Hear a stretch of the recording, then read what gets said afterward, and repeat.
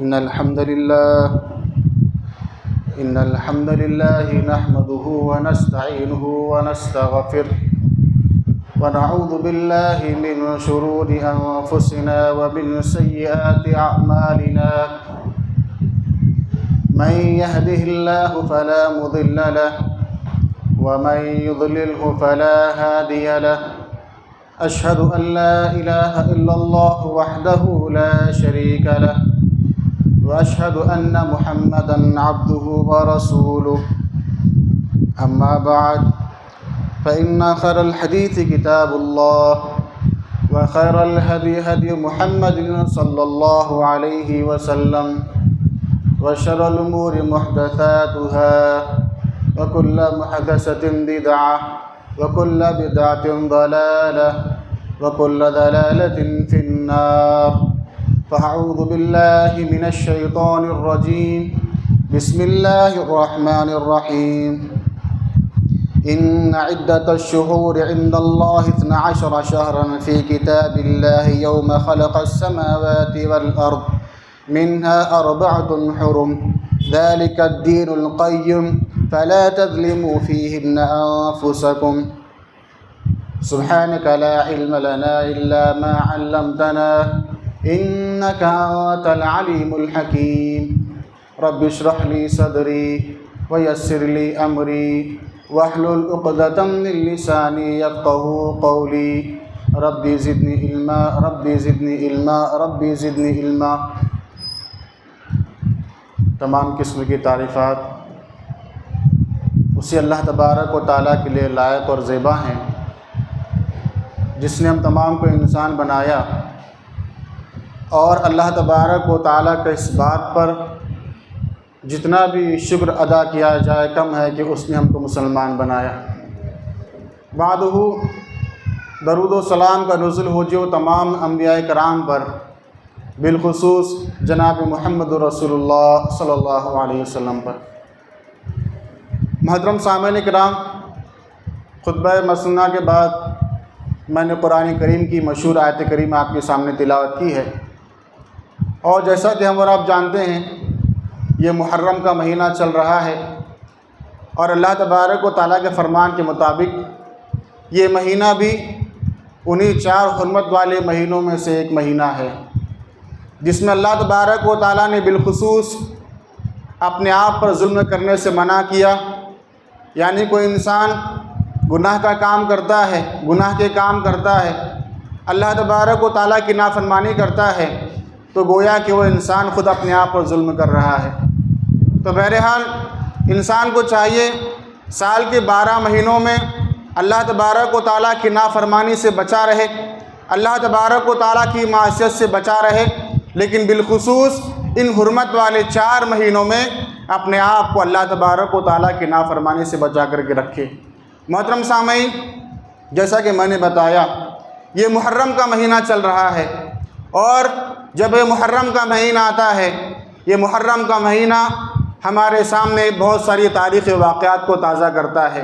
محرم کا ہی وہ مہینہ ہے کہ جس مہینے میں اللہ تبارک و تعالیٰ نے ایک اللہ تبارک و تعالیٰ کے جلیل القدر پیغمبر موسیٰ علیہ السلام کو فرعون سے نجات دی تھی، اور اللہ تبارک و تعالیٰ نے نہ یہ کہ موسیٰ علیہ السلام کو اور آپ کی قوم کو فرعون سے نجات دی تھی، بلکہ اللہ تبارک و تعالیٰ نے دنیا والوں کے سامنے یہ بتایا کہ اللہ تبارک و تعالیٰ کو ظلم ناپسندیدہ ہے، اللہ تبارک و تعالیٰ ظالموں کو کبھی معاف نہیں کرتا۔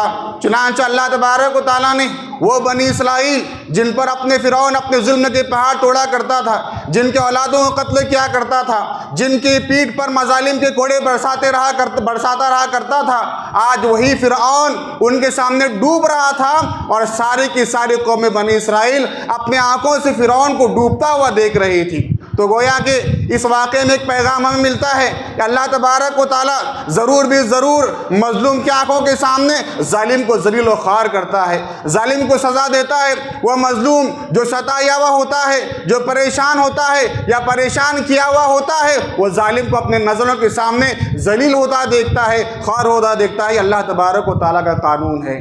محترم سامعین کرام، محرم کا مہینہ ہمیں ہجرت کی یاد دلاتا ہے، ہمیں ہجرت کی یاد دلاتا ہے۔ صحابہ کرام رضوان اللہ علیہم اجمعین اللہ تبارک و تعالیٰ کے وہ پاک باز بندے ہیں جنہوں نے اللہ کے دین کے خاطر اپنا سب کچھ قربان کیا، اپنا مال قربان کیا، اپنی جان قربان کی، اپنی اولاد قربان کی، اپنا سب کچھ لٹا دیا اپنے دین کو بچانے کے لیے، اپنے ایمان کو بچانے کے لیے۔ آپ ہجرت کے واقعات کو دیکھیں، آپ ہجرت کے واقعات کو دیکھیں، صحابہ کرام جب ہجرت کرنے کے لیے نکلے ان کے ساتھ کیا کیا معاملات پیش آئے۔ صہیب رومی رضی اللہ تعالیٰ عنہ ہجرت کرنے کے لیے مکہ سے مدینہ کی طرف نکلے، مشرکین نے انہیں روک لیا اور صہیب رومی سے کہا کہ دیکھو تم نے جو یہ مال کمایا ہے، یہ مال تم نے مکہ میں رہ کر کمایا ہے، اگر تمہیں ہجرت کرنا ہے تو تم ہجرت کر سکتے ہو، تم یہاں سے جا سکتے ہو، ہمیں کوئی اعتراض نہیں ہے، لیکن جو مال تم نے مکہ میں رہ کر کمایا ہے وہ مال تمہیں یہیں چھوڑ کر جانا پڑے گا۔ چنانچہ صہیب رومی رضی اللہ تعالیٰ عنہ نے اپنا سارا مال و متاع، اپنی ساری دولت، اپنا سارا روپیہ پیسہ مکہ میں چھوڑا اور کنگال اور مفلس ہو کر کے، خالی جیب ہو کر کے انہوں نے مکہ سے مدینہ کی طرف ہجرت کی۔ اسی طرح ایک صحابی ہے ابو سلمہ رضی اللہ تعالیٰ عنہ، وہ مکہ سے مدینہ کی طرف ہجرت کرنے لگے۔ مکہ والوں نے پکڑ لیا اور کہا کہ دیکھو اگر تم مدینہ جانا چاہتے ہو ہم تمہیں روکیں گے نہیں، لیکن تم اپنی بیوی کو، اپنی بچی کو اپنے ساتھ نہیں لے جا سکتے، اگر تمہیں مدینہ جانا ہے تو تمہیں جنہ جانا پڑے گا۔ چنانچہ انہوں نے اپنی بیوی کو چھوڑا، اپنی بیٹی کو چھوڑا اور تنہا مدینہ کی طرف ہجرت کی۔ محترم سامعین، ایک نہیں ایسے دسیوں واقعات ہیں جن سے پتہ چلتا ہے کہ صحابہ کرام نے ان کی نگاہوں میں سب سے زیادہ کسی قیمتی چیز کو سمجھا، وہ ایمان کو سمجھا، اور ہمیں یہ پیغام دیا کہ ایمان کو بچانے کے لیے اگر اپنی ہر چیز کو قربان کرنا پڑے ہم قربان کرنے کو تیار ہیں اور قربان کرنا چاہیے، لیکن اپنے دین کو، اپنے ایمان کو، اپنے عقیدے کو بچانا چاہیے۔ محترم سامعین کرام، جب محرم کا مہینہ آتا ہے دو گروہ ہمارے سامنے نظر آتے ہیں، اور انہی دو گروہوں کے متعلق کچھ باتیں آپ کے سامنے میں آج کے خطبہ جمعہ میں رکھوں گا۔ ایک گروہ وہ ہوتا ہے جو یہ باور کرانے کی کوشش کرتا ہے کہ نعوذ باللہ صحابہ کرام میں اور اہل بیت میں دشمنی تھی، صحابہ کرام اور اہل بیت میں تعلقات اچھے نہ تھے، آپس میں نفرتیں تھیں، اور چنانچہ اسی بات کو بنیاد بنا کر وہ صحابہ کرام کی تنقید کرتا ہے، صحابہ کرام کی شان میں غصہ خانہ کلمات ادا کرتا ہے، اور ابو بکر صدیق رضی اللہ عنہ، عمر فاروق رضی اللہ عنہ اور ایسے دیگر صحابہ کرام، اجلہ صحابہ کرام، ان کی بے ادبی کرتا ہے اور اہل بیت کے ان کو مخالف ثابت کرنے کی کوشش کرتا ہے۔ اور دوسرا گروہ کون سا ہے؟ دوسرا گروہ محرم کے مہینے میں بدعات سے دوچار ہے، خرافات سے دوچار ہے، ماتم حسین میں گرفتار ہے، اور ماتم حسین کے نام پر ایسی چیزیں دین سمجھ کر کے کرتا ہے اور دین میں اس نے گڑھ لیا ہے کہ اللہ کی پناہ۔ آج یہ دو گروہ کے بارے میں آپ کے سامنے باتیں رکھوں گا۔ سب سے پہلا گروہ جو یہ کہتا ہے کہ صحابہ کرام اور اہل بیت کے درمیان دشمنی تھی، آپس میں نفرتیں تھی، ان کا جواب سن لیجئے۔ ان کی یہ بات اللہ کے فرمان کے خلاف ہے۔ اللہ نے ارشاد فرمایا محمد الرسول اللہ والذین معه اشداء علی الکفار رحماء بینہم، اللہ نے اس بات کی گواہی دی کہ محمد اللہ کے رسول ہیں، ان کے ساتھیوں کا حال یہ ہے کہ وہ دشمنوں پر سخت ہیں، کافروں پر سخت ہیں، ورحماء بینہم، اور آپس میں رحم دل ہے، آپس میں نرم دل ہے۔ اللہ تبارک و تعالیٰ نے یہ صحابہ کرام کے بارے میں گواہی دی ہے کہ جتنے بھی صحابہ کرام ہیں، اول صحابی سے لے کر آخری صحابی جس کا انتقال ہوا ہو، تمام صحابہ کرام چاہے اہل بیت میں داخل ہو یا نہ ہو، تمام صحابہ کرام کے آپس میں محبتیں تھی، پیار تھی، اور ان کے درمیان کوئی اختلاف نہ تھا، کوئی نفرتیں نہ تھی۔ اللہ اکبر، اللہ تبارک و تعالیٰ کی گواہی، وَرُحْمَاءُ بَيْنَهُمْ، اللہ نے اس بات کی گواہی دی ہے کہ صحابہ کرام آپس میں ایک دوسرے سے محبت کرنے والے تھے۔ آئیے آپ صحابہ کرام کی زندگی کو دیکھیں۔ ابو ہریرہ رضی اللہ عنہ فرماتے ہیں میں جب بھی حسن کو دیکھتا ہوں میری آنکھوں میں آنسو آ جاتے ہیں، رضی اللہ عنہ۔ حسن رضی اللہ عنہ جو اللہ کے نبی کے نواسے ہیں، ابو ہریرہ فرمایا کرتے تھے میں جب بھی حسن کو دیکھتا ہوں میری آنکھوں میں آنسو آ جاتے ہیں۔ اور حسن رضی اللہ عنہ کے بارے میں کہا جاتا ہے اللہ کے نبی صلی اللہ علیہ وسلم کے مشابہ تھے، آپ کا چہرہ، آپ کی شکل و صورت اللہ کے نبی کے مشابہ تھی۔ چنانچہ ابو بکر صدیق رضی اللہ تعالیٰ عنہ کہتے ہیں کہ اللہ کی قسم مجھے اپنے رشتہ داروں سے زیادہ اللہ کے نبی کے رشتہ داروں سے محبت ہے۔ سبحان اللہ، یہ کیسی محبت ہے! دیکھ کیا کہا کرتے تھے ابو بکر صدیق رضی اللہ عنہ، مجھے اپنے رشتہ داروں سے زیادہ اللہ کے نبی صلی اللہ علیہ وسلم کے رشتہ داروں سے محبت ہے، اللہ یہ قسم کھا کر کہا کرتے تھے۔ ایک مرتبہ دیکھا حسن رضی اللہ تعالیٰ عنہ کھیل رہے ہیں گلی کے اندر، نماز پڑھ کر کے نکلے تھے، حسن رضی اللہ تعالیٰ عنہ کو اپنے کندھے پر بٹھایا ابو بکر صدیق رضی اللہ عنہ نے، اور کہنے لگے پیار و محبت سے، علی حسن اللہ کے نبی کے مشابہ ہے، تمہارے مشابہ نہیں۔ سبحان اللہ، دیکھیے یہ صحابہ کرام کی محبتیں ہیں۔ عمر فاروق رضی اللہ تعالیٰ عنہ کی محبت کیا کہنا۔ عمر فاروق رضی اللہ تعالیٰ عنہ جب خلیفہ ہوئے تو عمر فاروق رضی اللہ تعالیٰ عنہ نے بدری صحابہ کرام کی ایک فہرست بنائی تاکہ انہیں بالخصوص وظیفہ دیا جا سکے، اور تقریباً 5000 درہم کا وظیفہ انہوں نے مقرر فرمایا۔ عمر فاروق رضی اللہ تعالیٰ عنہ نے 5000 درہم کا وظیفہ مقرر فرمایا ان صحابہ کرام کے لیے جو غزوہ بدر میں شامل تھے، اور ان صحابہ کرام کی فہرست میں آپ نے حسن رضی اللہ عنہ کا نام لکھا، حسین رضی اللہ عنہ کا نام لکھا، حالانکہ یہ دو صحابہ کرام غزوہ بدر کے موقع پر پیدا بھی نہیں ہوئے تھے۔ غزوہ بدر کے موقع پر یہ دو صحابہ کرام پیدا بھی نہیں ہوئے تھے، ان دونوں کے نام بھی عمر فاروق رضی اللہ تعالیٰ نے بدری صحابہ کرام کی فہرست میں لکھا تاکہ انہیں وظیفہ دیا جا سکے۔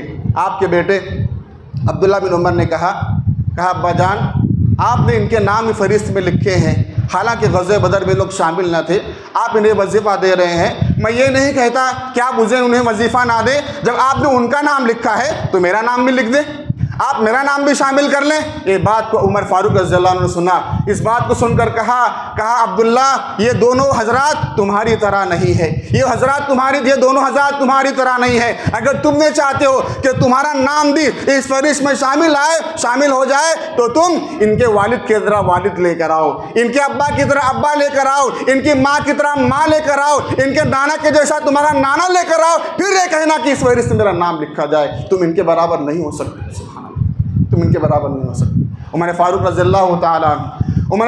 اللہ تعالیٰ عنہ ایک مرتبہ صحابہ کرام کے ساتھ دفتر میں بیٹھے ہوئے کسی ضروری کام میں مشغول ہیں، اور آنا جانے پر پابندی لگا دی کہ کوئی داخل نہیں ہوگا، کوئی شخص وہاں نہیں آئے گا۔ چنانچہ آپ کے صاحبزادے آپ کے بیٹے عبداللہ رضی اللہ تعالیٰ عنہ اپنے والد سے ملنے کے لیے ملاقات کے لیے پہنچتے ہیں، عمر فاروق رضی اللہ تعالیٰ عنہ ملنے سے منع کر دیتے ہیں، روک دیتے ہیں، واپس پلٹتے ہیں، دیکھا حسن رضی اللہ عنہ بھی آ رہے ہیں اور عمر فاروق رضی اللہ عنہ سے ملاقات کرنا چاہتے ہیں، لیکن حسن رضی اللہ عنہ نے دیکھا کہ عبداللہ بن عمر کو اجازت نہیں ملی ہے، وہ بھی باہر رک گئے۔ عمر فاروق رضی اللہ عنہ نے انہیں دیکھا حسن رضی اللہ عنہ موجود ہیں، آواز دے کر کے بلایا اور پوچھا آپ باہر کیوں کھڑے ہیں، آپ اندر کیوں نہیں آئے؟ حسن رضی اللہ عنہ کیا کہتے ہیں؟ کہا امیر المومنین میں نے دیکھا کہ جب آپ نے اپنے بیٹے کو اپنے یہاں آنے کی اجازت نہیں دی ہے، جب بیٹے کو اجازت نہیں ہے تو میں کیسے داخل ہو سکتا ہوں، مجھے کیسے اجازت ملے گی؟ اس بات کو سنا عمر فاروق رضی اللہ تعالیٰ عنہ، سن کر کے آنکھوں میں آنسو آ گئے اور کہا حسن وہ عمر کا بیٹا ہے،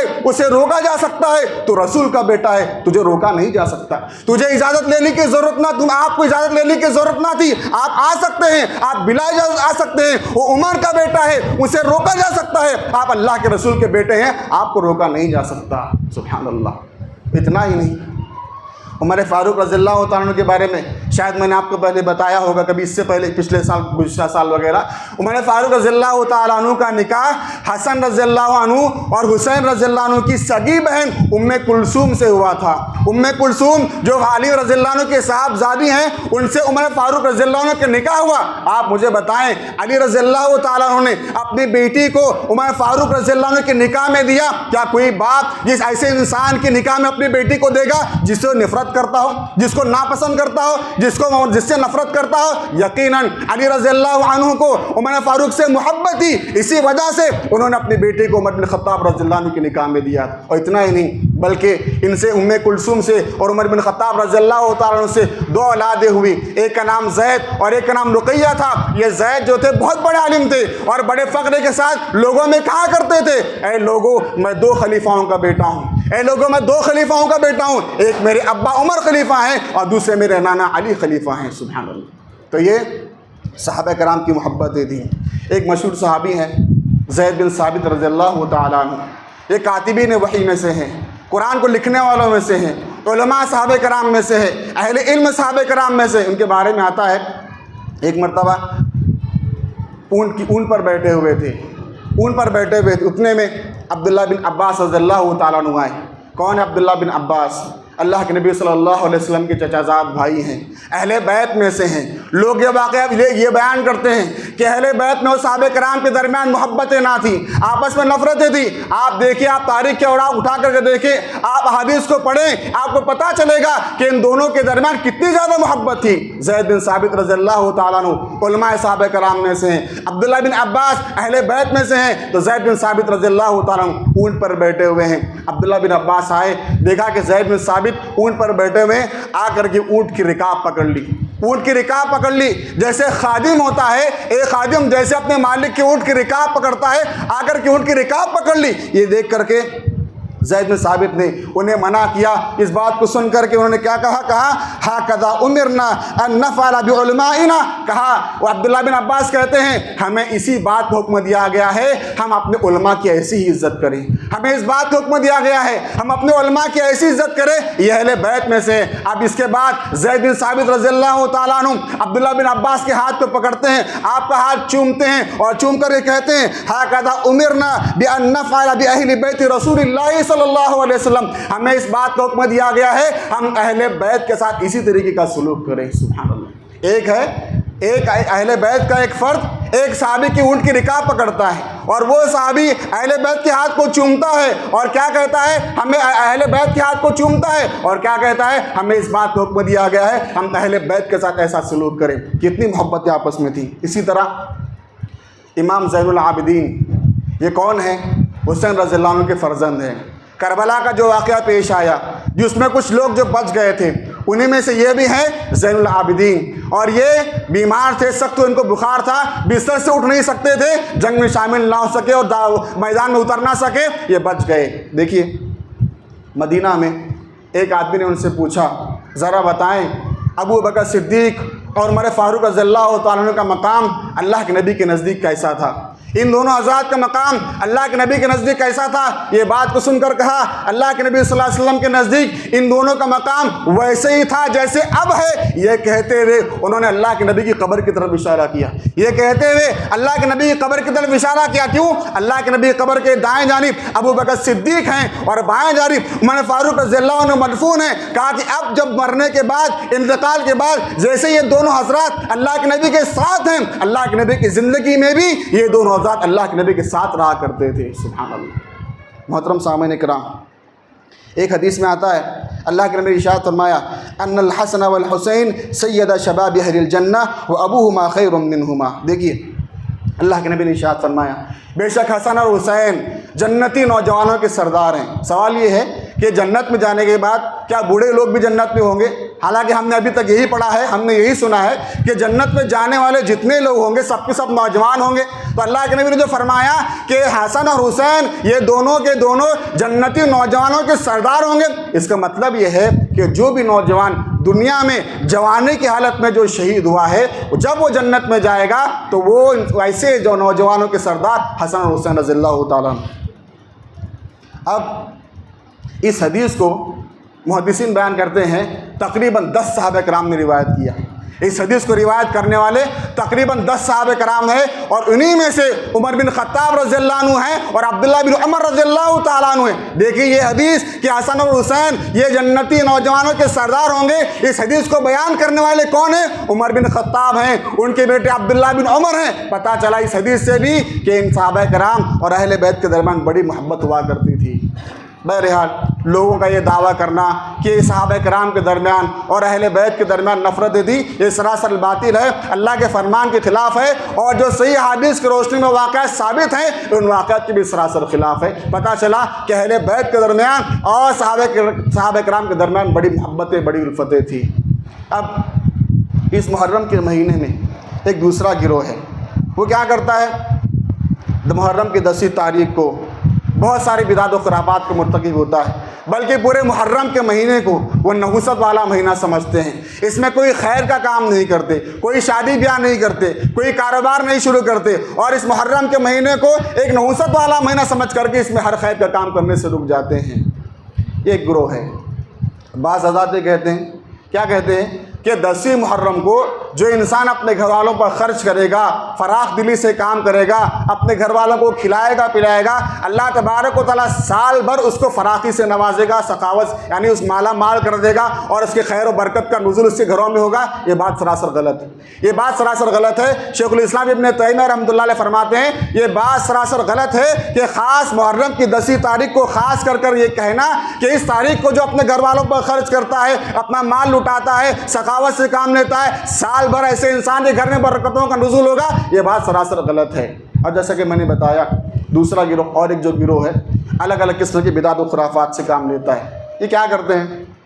محرم کا مہینہ آتا ہے، ماتم منایا جاتا ہے، ماتم منایا جاتا ہے، اپنے گالوں کو پیٹا جاتا ہے، اپنے آپ کو زخمی کیا جاتا ہے، اپنے لباس کو پھاڑا جاتا ہے۔ اللہ کے نبی نے ارشاد فرمایا لیس منا من لطم الخدود وشق الجیوب ودعا بدعوى الجاہلیہ۔ اللہ کے نبی فرماتے ہیں وہ ہم مسلمانوں میں سے نہیں ہے، لیس منا وہ شخص ہم مسلمانوں میں سے نہیں ہے جو اپنے گالوں پر مارتا ہے، اپنے گریبان کو چاک کرتا ہے اور زبان جاہلیت کی پکار میں سے پکار لگاتا ہے۔ اللہ کے نبی نے ارشاد فرمایا وہ مسلمانوں میں سے نہیں ہے۔ محترم سامعین کرام، اگر ماتم منانا جائز ہوتا، آپ مجھے بتائیں اللہ کے نبی صلی اللہ علیہ وسلم کی وفات، آپ کے انتقال کا حادثہ، آپ کے انتقال کا سانحہ صحابہ کرام کے لیے کتنا بڑا تھا۔ انس بن مالک رضی اللہ عنہ کہتے ہیں میں نے اپنی زندگی میں سب سے روشن دن، سب سے مبارک دن وہ دن دیکھا ہے جب اللہ کے نبی صلی اللہ علیہ وسلم مکہ سے ہجرت کر کے مدینہ آئے تھے، مکہ سے ہجرت کر کے مدینہ آئے تھے۔ کہا میری زندگی کا سب سے مبارک دن تھا، سب سے روشن دن تھا اور سب سے برکت والا دن تھا، اور میری زندگی کا سب سے تاریک دن وہ تھا جب اللہ کے نبی کا انتقال ہوا، جب اللہ کے نبی صلی اللہ علیہ وسلم اس دنیا کو چھوڑ کر کے چلے گئے۔ آپ اندازہ لگائیں اللہ کے نبی کی وفات کا صدمہ صحابہ کرام کے دل پر کس قدر مشکل تھا، اور صحابہ کرام اللہ کے نبی صلی اللہ علیہ وسلم سے کیسی محبت کیا کرتے تھے، لیکن کسی صحابی نے اللہ کے نبی کی وفات پر ماتم نہیں منایا، اللہ کے نبی کی وفات پر ماتم نہیں منایا، اپنے گالوں پر نہیں تماچے مارے، اپنے گریبان کو چاک نہیں کیا، اپنے آپ کو زخمی نہیں کیا، کسی صحابی سے بات ثابت نہیں۔ اللہ کے نبی صلی اللہ علیہ وسلم کے بعد آپ دیکھیں، اللہ کے نبی صلی اللہ علیہ وسلم کے بعد حسین رضی اللہ عنہ کی زندگی میں، جس حسین کا نام لے کر کے ماتم منایا جاتا ہے، حسین رضی اللہ عنہ کی زندگی میں آپ کے بھائی حسن رضی اللہ عنہ کو زہر دے کر کے شہید کر دیا گیا، لیکن کیا حسین رضی اللہ تعالیٰ عنہ نے اپنے بھائی کی شہادت کا ماتم منایا، سوگ منایا، اپنے گالوں پر مارا، اپنے گریبان کو چاک کیا؟ ہم جس حسین کے نام پر ماتم مناتے ہیں اس حسین رضی اللہ تعالیٰ عنہ نے کبھی اپنی زندگی میں ماتم نہیں منایا، کبھی سو اس طریقے سے نہیں منایا جیسے آج مسلمان مناتے ہیں۔ تو محترم سامعین، یہ کہنا ہم غم حسین نے ماتم مناتے ہیں، خود حسین رضی اللہ عنہ نے ایسا نہیں کیا۔ اور محرم کے مہینے میں صرف کربلا کا واقعہ پیش نہیں آیا، بلکہ ایک محرم کی 10 تاریخ کو اگر حسین رضی اللہ عنہ شہید ہوئے ہیں، اسی محرم کی 1 تاریخ کو عمر بن خطاب رضی اللہ عنہ شہید ہوئے ہیں، اسی محرم کی 1 تاریخ کو ابو لیلو فیروز نے خنجر مار کر کے عمر بن خطاب رضی اللہ عنہ کو شہید کیا تھا، وہ محرم کی 1 تاریخ تھی۔ آپ مجھے بتائیں، ہم میں سے سب کو کربلا کا سانحہ یاد ہے، لیکن کیا کسی کو یہ بات معلوم ہے کہ 1 محرم کو عمر بن خطاب رضی اللہ عنہ کی شہادت ہوئی تھی؟ محترم سامعین کرام، ماتم حسین کے نام پر کیا کیا کرتے ہیں لوگ؟ کہتے سواری آتی حسین رضی اللہ، امام حسین کی سواری آتی ہے۔ آپ مجھے بتائیں، یہ جس پر سواری آتی ہے آپ اسے سال بھر غور سے دیکھیں، کبھی مسجد آتا ہوا آپ کو نظر نہیں آئے گا، کبھی آپ کو نمازوں کا پابند وہ انسان نظر نہیں آئے گا، کبھی آپ اس کے بازو میں بیٹھے، اس کے بازو میں بیٹھ کر کے آپ وضو بنائیں، وہ وضو صحیح طریقے سے نہیں بنا سکے گا، وہ نماز صحیح طریقے سے نہیں پڑھ سکے گا، لیکن کیا ہے دعویٰ وہ کرتا ہے، سال میں 1 مرتبہ محرم میں وہ دعویٰ یہ کرتا ہے کہ میرے اوپر امام حسین کی سواری آتی ہے۔ نعوذ باللہ من ذالک۔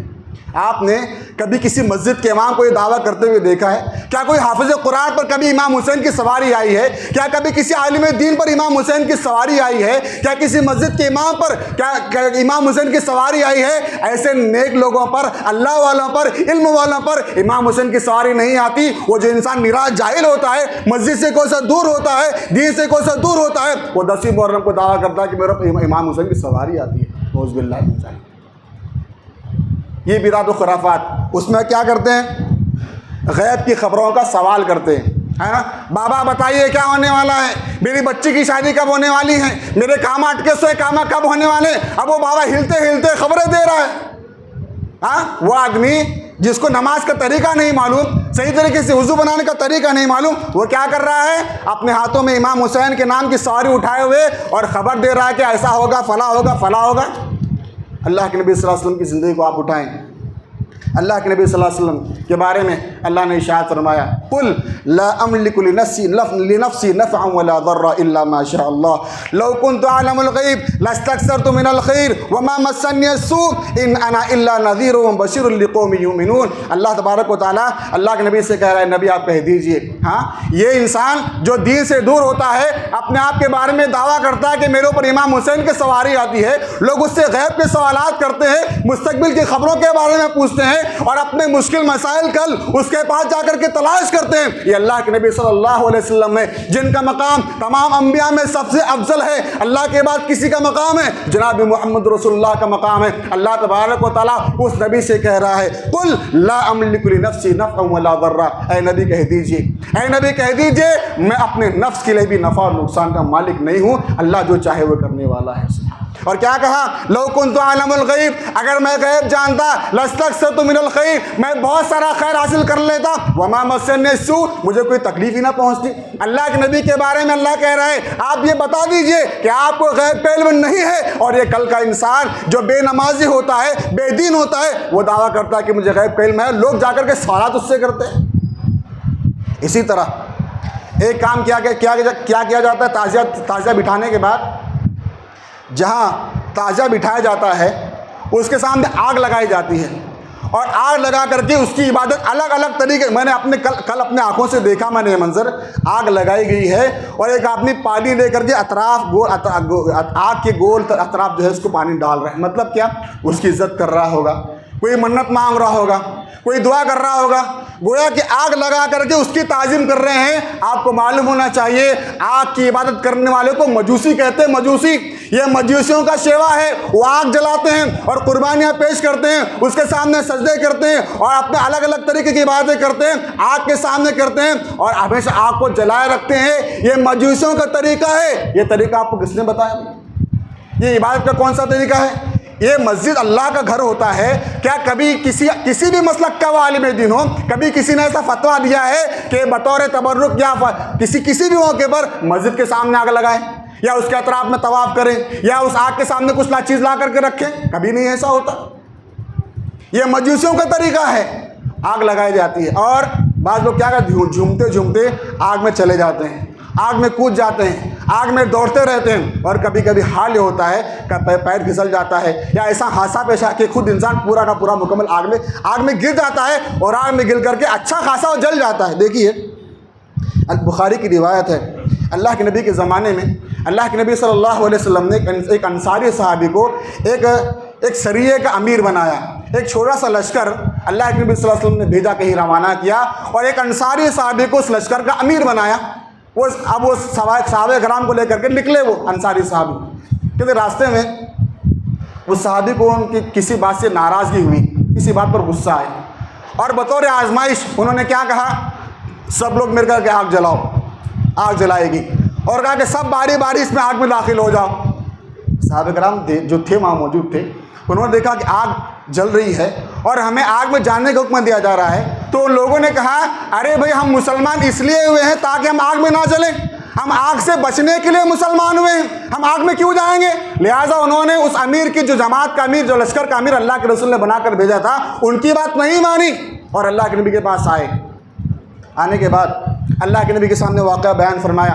اللہ کے نبی صلی اللہ علیہ وسلم اس بات کو سن کر کہا، لو دخلوها ما خرجوا منها ابدا انما الطاعة في المعروف۔ اللہ کے نبی نے ایک اصول بتایا۔ اللہ کے نبی نے کہا اگر تم لوگ اس آگ میں داخل ہو جاتے تو کبھی دوبارہ اس آگ سے باہر نکلتے ہی نہیں، کبھی اس آگ سے باہر نکلتے ہی نہیں۔ اور اللہ کے نبی نے ارشاد فرمایا انما الطاعة في المعروف، کہا کہ اطاعت و فرما برداری بس معروف کے کاموں میں، خیر کے کاموں میں اطاعت و فرما برداری ہے۔ آپ مجھے بتائیں، ہم مسلمان اس وجہ سے ہوئے ہیں تاکہ ہم آگ سے بچیں، اپنے آپ کو آگ سے بچائیں، لیکن یہ کیا بات ہے، آگ جلائی جاتی ہے، آگ میں کودا جاتا ہے، آگ میں ناچا جاتا ہے اور آگ میں چلا جاتا ہے۔ یہ کون سا دین ہے؟ یہ کون سا اسلام ہے؟ یہ عبادت کا کون سا طریقہ ہے کہ اس حدیث کی کتاب میں لکھا ہے آدمی آگ پر چلے گا اس کو ثواب ملے گا؟ آپ بتائیں مجھے، ایک حوالہ کوئی لا کر کے بتائے، ایک واقعہ کوئی پیش کرے کہ خود انسان اس طریقے سے آگ کو جلائے، آگ میں داخل ہو۔ بلکہ اللہ کے نبی نے ارشاد فرمایا ان صحابہ کرام کے بارے میں، اگر یہ لوگ آگ میں داخل ہو جاتے تو کبھی دوبارہ اس آگ سے باہر نکلتے ہی نہیں۔ تم نے اچھا کیا جو آگ میں داخل نہیں ہوئے۔ انما الطاعۃ فی المعروف، اطاعت جو ہے، فرما برداری جو ہے وہ خیر کے کاموں میں ہے۔ تو محترم سامعین کرام، اپنے آپ کو ایسی بدعت و خرافات سے بچا کر کے رکھیں۔ اور میں ایک بات خاص طور پر نوجوانوں سے کہوں گا، دیکھیے جب سے سیاست، میں نے اس سے پہلے بھی کہا، یہ جیسے محرم کے مہینے میں یہ جو تازیہ داری میں جب سے سیاست داخل ہو گئی ہے، یہ محرم کا مہینہ ہو، یہ ربیع الاول کا مہینہ ہو، عید میلاد النبی کا موقع ہو یا محرم کی سواری کا موقع ہو، ایسے نوجوان جوش و خروش میں نظر آتے ہیں اور ان بدعات کو بڑھ چڑھ کر کے منا رہے ہیں۔ میرے محترم بھائیوں، اس سیاست کو الگ رکھیے، یہ سیاست آج ہے کل نہ ہوگی، یہ دنیا ختم ہونے والی ہے، بڑے سے بڑا بادشاہ ختم ہونے والا ہے، فرعون جیسی فرعونیت باقی نہ رہی تو کون سا دنیا کا بادشاہ باقی رہنے والا ہے؟ کون سا سیاست دان باقی رہنے والا ہے؟ کون سی سیاسی پارٹی باقی رہنے والی ہے؟ میں آپ سب ختم ہونے والے ہیں۔ ہماری زندگی، اصل زندگی آخرت کی زندگی ہے، آپ اس کی تیاری کریں، آپ اس کی تیاری کریں اللہ کے بندو۔ میرے نوجوان بھائیوں، آپ سیاسی لیڈروں کے بہکاوے میں نہ آئیں، اپنے آپ کو ان بدعت و خرافات سے بچا کر کے رکھیں۔ اللہ سے دعا ہے اللہ مجھے اور آپ کو کہنے اور سننے زیادہ عمل کرنے کو توفیق عطا فرمائے، آمین۔ وآخر دعوانا الحمد للہ رب العالمین۔